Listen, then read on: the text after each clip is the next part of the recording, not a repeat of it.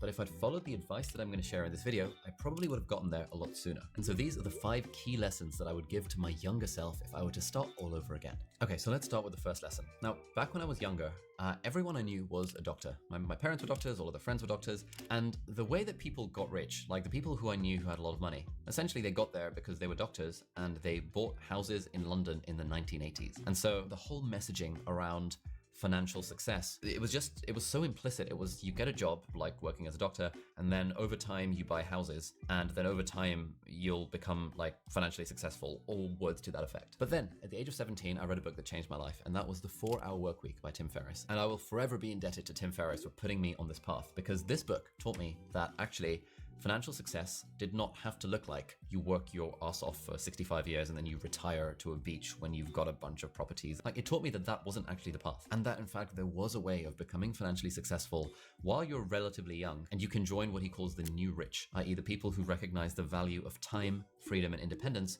rather than just the value of money. And the book made me realize that, wait a minute, do I really want to live a life where every day I'm showing up to work, maybe not necessarily enjoying my day job, maybe I'll find bits of it enjoyable, but like broadly I might not enjoy it. Do I really want to do that for the sake of the promise of retirement further down the line? And reading The 4-Hour Workweek was the first time in my life that I really thought, wow, I'm going to set it as a goal of mine to reach financial freedom, financial independence. I didn't even have that terminology before I read the book, but it became a clear goal in my mind. And so that's lesson number 1. Lesson number 1 is to have a clear goal for financial freedom in mind. You don't necessarily need to have a number. I never had a magic number. I still don't have a magic number in my mind for like, I need X amount of money to consider myself financially independent. But the thing that The 4-Hour Workweek taught me was that actually building streams of passive income or active income or building a business was the way to unlock the freedom and the optionality that I wanted from my life. And so the reason I'm mentioning this as lesson number 1 is, this video is how I became a millionaire in my 20s. Basically, if you don't have a goal of becoming financially independent or financially free or being a millionaire, whatever that thing is, while you're young, then it's probably not going to happen.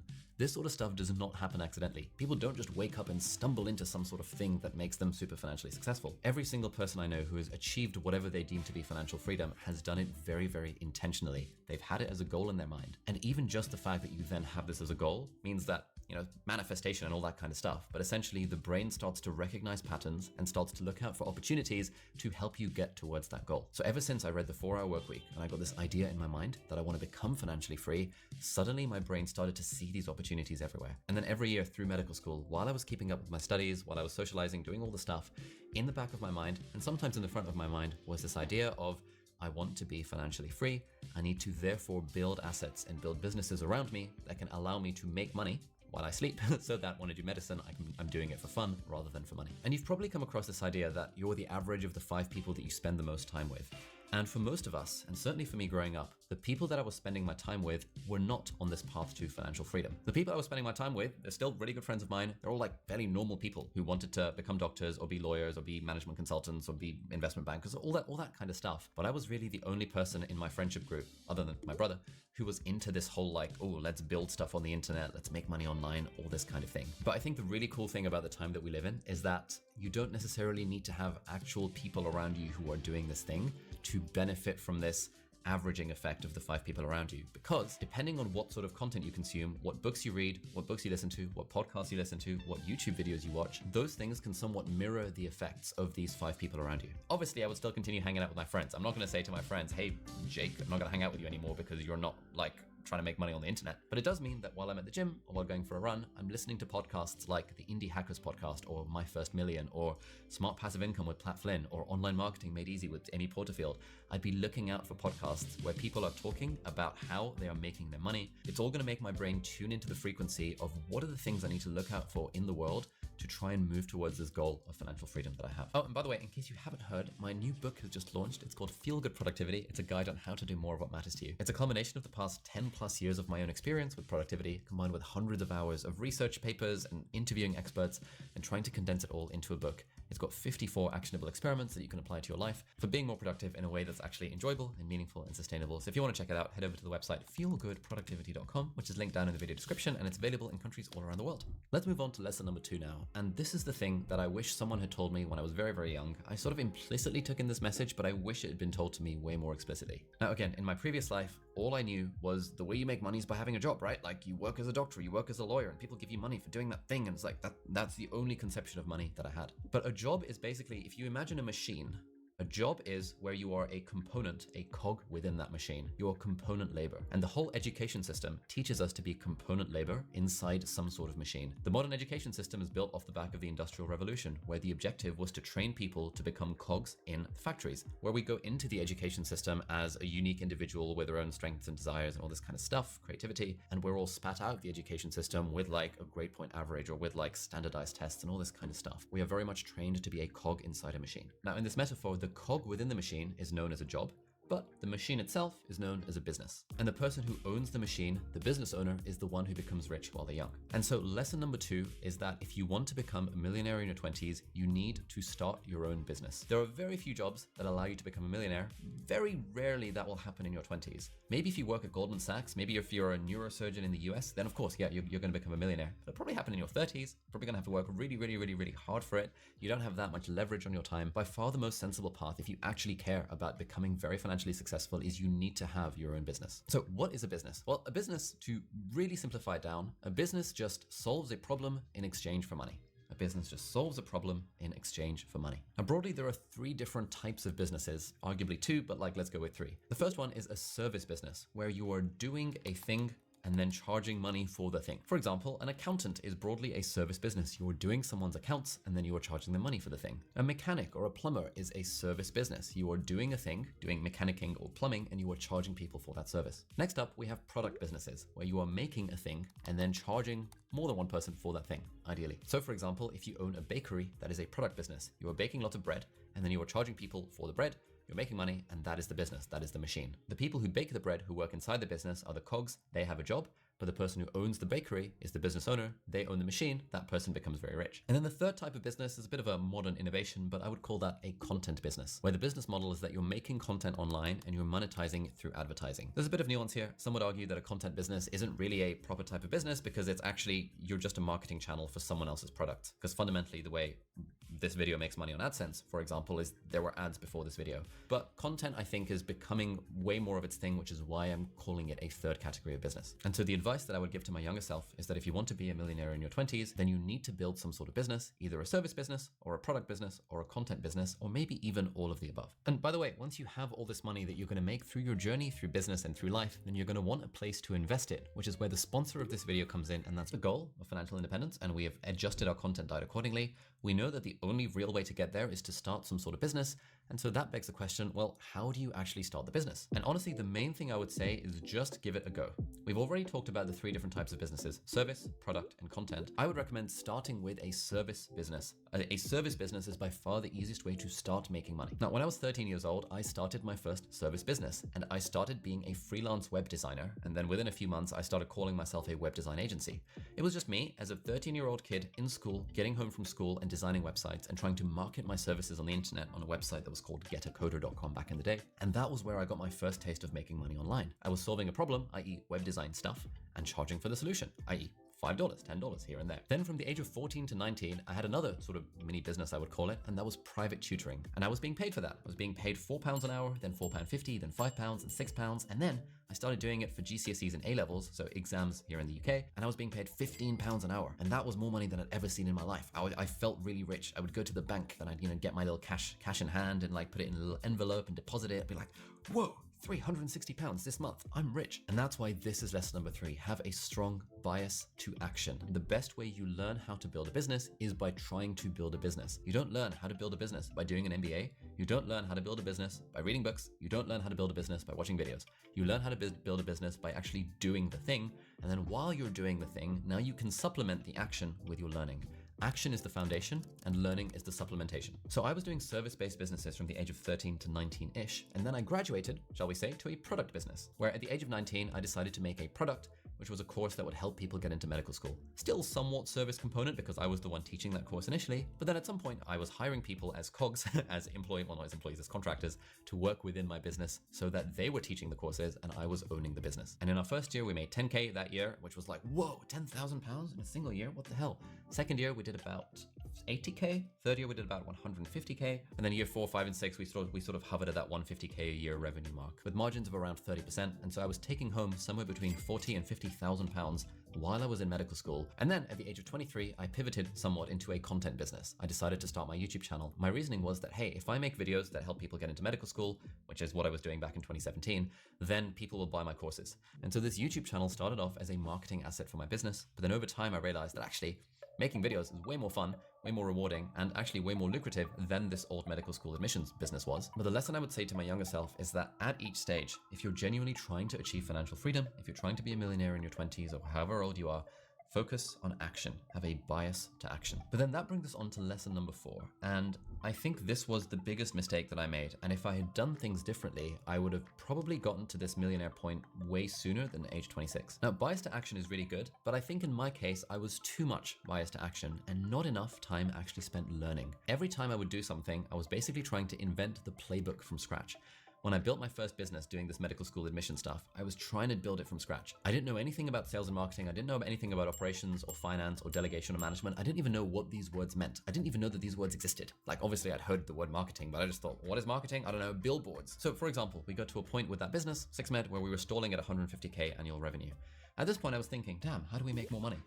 And there's only really 2 ways of making more money, at least top line, which is you either get more customers or you charge more money to those customers. What I didn't realize is that this whole thing of how do you get more customers and how do you charge them more money, this is literally called sales and marketing. And there are literally books and courses and videos and podcasts that are all about sales and marketing. And this is stuff that people have already figured out. And had I just bothered to read a book about sales and marketing, it would have completely leveled up the business because I would have had a firmware update in my own mind. I'd have been like, oh, that's how you do it. Similarly, we got to a point with that business about 2 years in where I felt very overwhelmed. We were doing about 100K revenue-ish, and I was feeling so overwhelmed because I was doing all the admin, all the operations, all the logistics, all the bookkeeping, all the accounting, all of the tax returns, like all of that stuff. I was doing it all myself while trying to do medical school on the side, while trying to have a social life.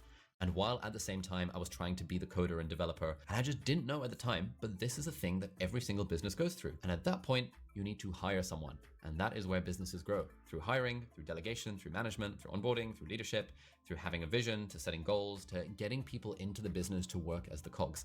And I just had absolutely no idea that that was even possible because I had never read a book at that point on how to do business.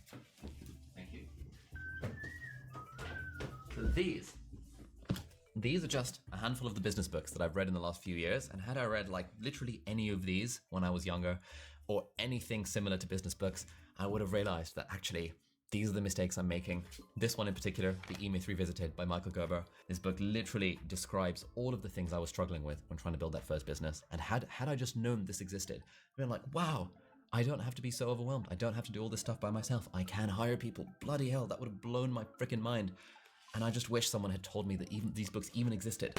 I had no idea. I biased to action so much to the point that I forgot to learn along the way. And so the advice that I would implore my younger self who is on this journey of financial independence is lesson number 4. Please make time every single week to learn things. Learn things through reading books, listening to audiobooks, listening to podcasts, taking courses if you want, watching YouTube videos where people are actually drilling into the details rather than kind of staying surface level. Potentially even think about hiring a coach or getting a mentor. Hiring a coach is the single biggest ROI expense I have ever made in my life. If, when I was younger, when I was first making money with my business at the age of 19, I wish someone had sat me down and said, hey, look, man, do you think you can get better at tennis without a coach? Maybe you can watch tennis videos on YouTube and like read books about it, but like, do you think you'd improve faster at tennis if you had a tennis coach? Probably. Everyone has a tennis coach. I had a tennis coach when I was young.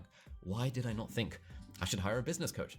I just didn't realize. I just did not know it was a thing. And so if you're at this point in the video, I'm imploring you, please, younger me or whoever you are watching this, learning. Learning is always the thing that gets bumped from the calendar because there's always other shit going on in the business. And even as I was planning this video and I realized that this is a lesson that I'm still not taking forward enough to myself. Like at this point, the stuff I need to learn to level up the business is no longer found in books, audiobooks and podcasts, particularly because people tend not to go that in depth in those things and they don't have very much context.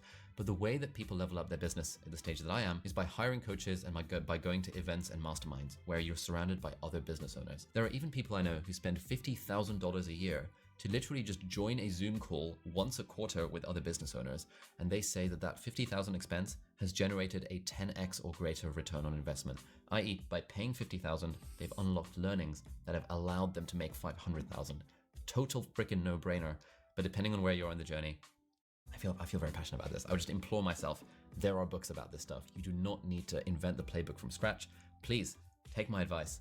Learn from the mistakes that I've made. Please learn along the way, but remember that action is the foundation and learning is the supplement. Whew, that felt like a good rant. Let's move on to the final lesson, lesson number 5, which is basically that I tried making my first dollar on the internet when I was 13 years old. I am now 29, and it took me 13 years to make my first million. And my journey of like income over time has been a slow compounding gain over the long term. So for me personally, I basically made $0 from age 13 to 19 despite trying all this stuff. Then I made about 10K a year from 19 to 20. Then I made around 100K a year from around 21 to 25. And then I started making $1 million a year and beyond from the age of 25 and a bit onwards, 26 onwards. But the point I want to make is that it took me 13 years from the age of 13 to 26 to make my first million. That is a long time. But the key over time, and this is the final lesson, is you need to not stop. You need to not give up. Because there are so many people that start on the path to building a business or to making a YouTube channel, whatever the thing might be. They start on the path, but then they stop. They don't see the results immediately and they stop. And this is why it's a lot harder to do this side hustle stuff when you have a day job. I was doing it as a student where my time was worth nothing. Like I was not making any money in my time, and therefore, even if I was putting 4 hours of work and getting like $10 out of it, I was like, yes, I'm making money. It's better than nothing. But it's so hard now for my friends who have real jobs because now you have an hourly rate and you have a paycheck that's coming in once a month. And there is nothing that stifles innovation more than a paycheck that comes in once a month. Because now you're thinking, well, I could spend 10 hours working on my business this weekend, but I don't really need to. I've got money coming in. I'm so comfortable. Like life is good. And if you're content with that kind of lot in life, fantastic. All power to you.